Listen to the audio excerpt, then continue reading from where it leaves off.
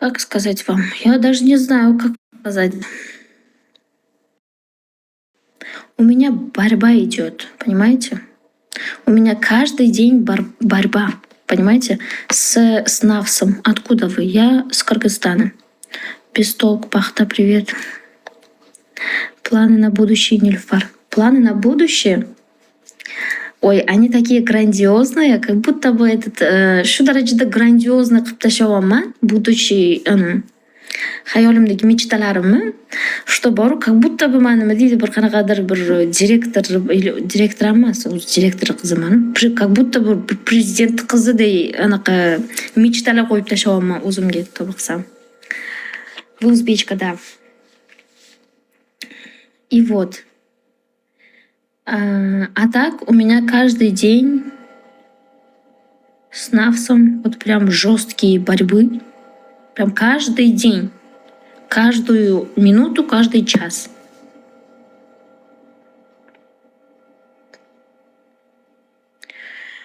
Вот.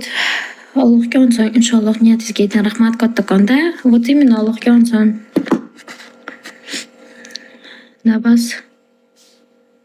Навс это что такое? Навс на русском как будет навс? Навс как будет? Я не знаю даже. Dunyodagi eng qiyin kurash nafs bilan da. Про навс что ты имеешь в виду? Все. Lider bo'lib yuring, rahmat kattakon aytganingizga.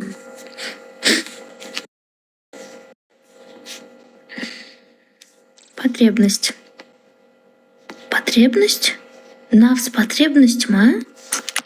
Да, у тебя дурная привычка, с которой ты справилась.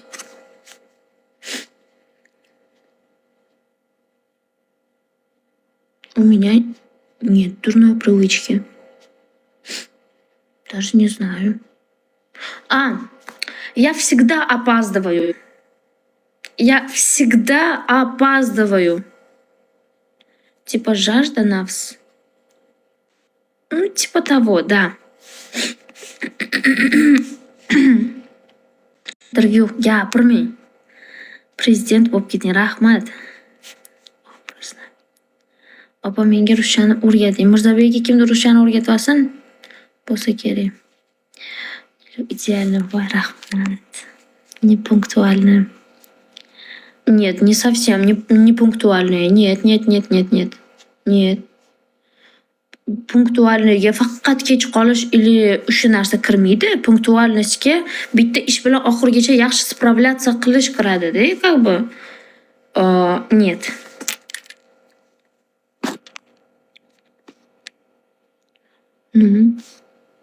Исправляйся. А я что делаю? Вот вам говорить легко, да? Вот исправляйся, что-то делай, что-то не делай. Пожалуйста, давайте я сама буду решать.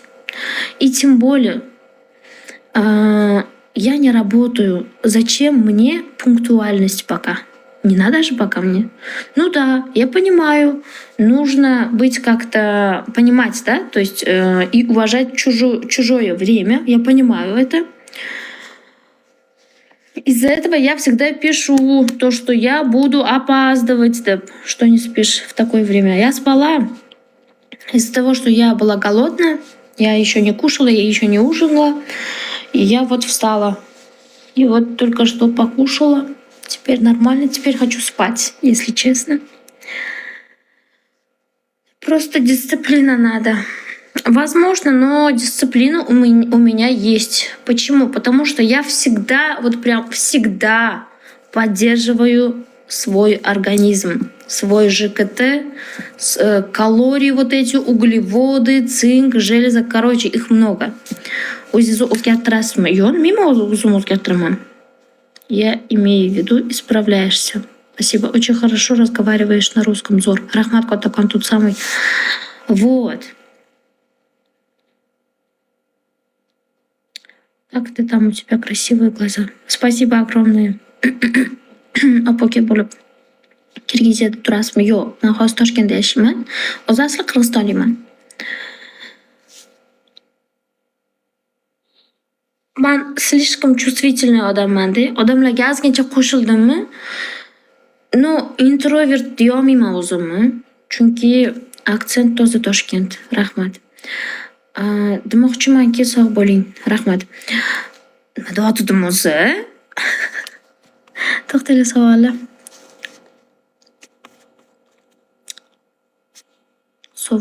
Savol emas, o'zim aytayotgan javobim esimdan chiqdi. Блин, кто по гороскопу? Стрелец. Стрелец огненный этот, как его? Знак зодиака запуталась, да. Menga o'rgataman. Chiroyligimsiz из Kirgiziya. Odamlarga qo'shilish. Da. И man ozgincha menga aql o'rgatishligi или же mani hayotimni o'zini hayotiga taqqoslab, mani o'zini anaqasiga yo'liga o'tkazib olmoqchi bo'lgan odamlardan men charchab ketaman. Har bir gapni men his qilib yoraman, ich-ichim bilan his qilib yoraman u gapni. Особенно men yaqinlarimdan, endi hammada ham shunaqa bo'lsa kerak. Baribirga ham tashqaridagi odamdan ko'ra yaqin insoningiz anaqasi ko'nglingizni og'ritgani ko'proq qattiqroq tegadi. To'g'rimi? Demoqchimanki, mana, например, deylik. Xo'p, to'g'ri. Barcha narsani qabul qilish kerak, to'g'ri, lekin men qanaqa qabul qilay? Каждый день men bitta mushularni qiynagan odamlarni ko'rsam Instagramda. Или же ko'chada ayol kishini hurmat qilmasdan xotinini ko'chada hamma erkaklarning yonida ursa-yu, hech qaysi erkak unga borib, "O, erkak, nima qilyapsan?" deb gapirmaydigan odamlarni ko'rib qanaqa qilib siqilmaysiz? Siqilasiz, конечно, u narsani men qabul qila olmayman. To'g'ri, shunaqa hayotda yashayapmiz, lekin bilmadim, men qabul qila olmayman bu narsani. Shunga o'xshagan juda ham ko'p anaqalar bor o'zi hayotingga. Keyin Короче, shunaqa. Men o'shani orqasidan слишком чувствительныйmanmi? Menda shu чувствительностьim, men shu siqilganim сразу borib JKT, то есть oshqozon ishlash faoliyatiga uradi borib. Keyin nima bo'ladi? Siz естественно kasal bo'lasiz. O'shaning uchun men doim oshqozonimga поддержка qilmasam bo'lmaydi, chunki men слишком чувствительный odamman. Nima deb qo'yishadi? Empat deb qo'yishadi-yu odamlarni. O'sha inson men bo'laman. Da, men narsist qo'lida katta bo'lganman. Так что shunaqa gaplar. Тебе когда-нибудь приходилось принимать решения, которые изменили твою жизнь? Да. Да. Да и еще раз да. И это самое правильное решение, которое когда-либо происходило. Вот.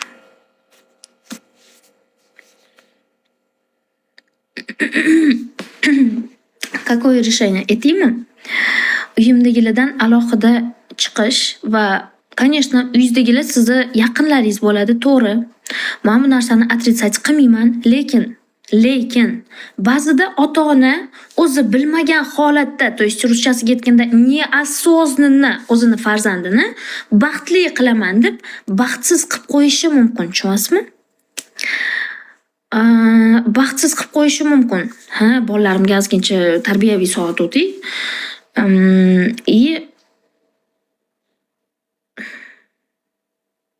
Qaranglar, yana eslashib qoldi. Bo'ldi. Например, uydagilar to'g'ri sizni hammadan himoyalaydi, lekin o'zi qanaqa qilib xafa qilib qo'yayotgani, har bir so'zi farzandning ko'nglini qay darajada og'ritayotganini ular bilishmaydi. No, siz aytganingizda ham ba'zida eshitishmaydi. Meni, например, da. Zamushda. Например, men 17 yoshdaligimda uyimdagilarga borib gapiryapman. Men tasavvur qiling, bu meni uyimdagilar, men tegim kelmayapti, iltimos meni eshitinglar deyapman. Просто men tasavvur qilinglar, sizlar yo'qsizlar. Tushunasizlar? Просто tuppa tekkiz o'tib ketishadi-da. Eshitishmagan meni umuman. Men o'ylaganman, qanaqa qilib meni uyimdagilar adekvatniy edi-yu, qanaqa qilib bunaqa решение qabul qilishdi deb men o'zim ham tushunmaganman. Haligacha tushunmayman, to'g'risi. O'shandan keyin aytganman, men o'zim alohida chiqib, o'zimni hayotimni o'zim qilaman. o'zim boqaman, sizlardan bir tiyin olmayman, sizlarni bo'ldi pulinglarga yashamayman, no, sizlar meni hayotimga boshqa aralashmaysizlar deganman. O'shandan beri sovchi keladimi, boshqa keladimi, indashmaydi menga. Umuman. Shu kerak emas menga. Men o'zim reshat qilaman, men qachon ergitayaman, qachon yo'q. Ko'chadagi odamlarni gapiga prost qo'yib qo'ygan joyim bor, to'g'risi.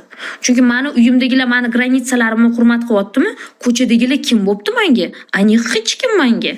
Понимаете? Ну да, o'tgan safar negativlarga ahamiyat berdim. Nimaga? Chunki menga обидно bo'ldi-da, meni hali tanimasdan turib, har xil gaplarni gapirib, yo'q bir nimalar deb o'ynashib, puliga yashashmazmi? Men o'ynashmayman hech kim bilan. Честное слово, men o'ynashib o'tirishim shart emas. Men agar rizqim kelishi uchun men o'ynashib o'tirishim shart emas. Men qanaqadir harom ish qilishim shart emas. Xudo aytgan, "Sani rizqing keladi.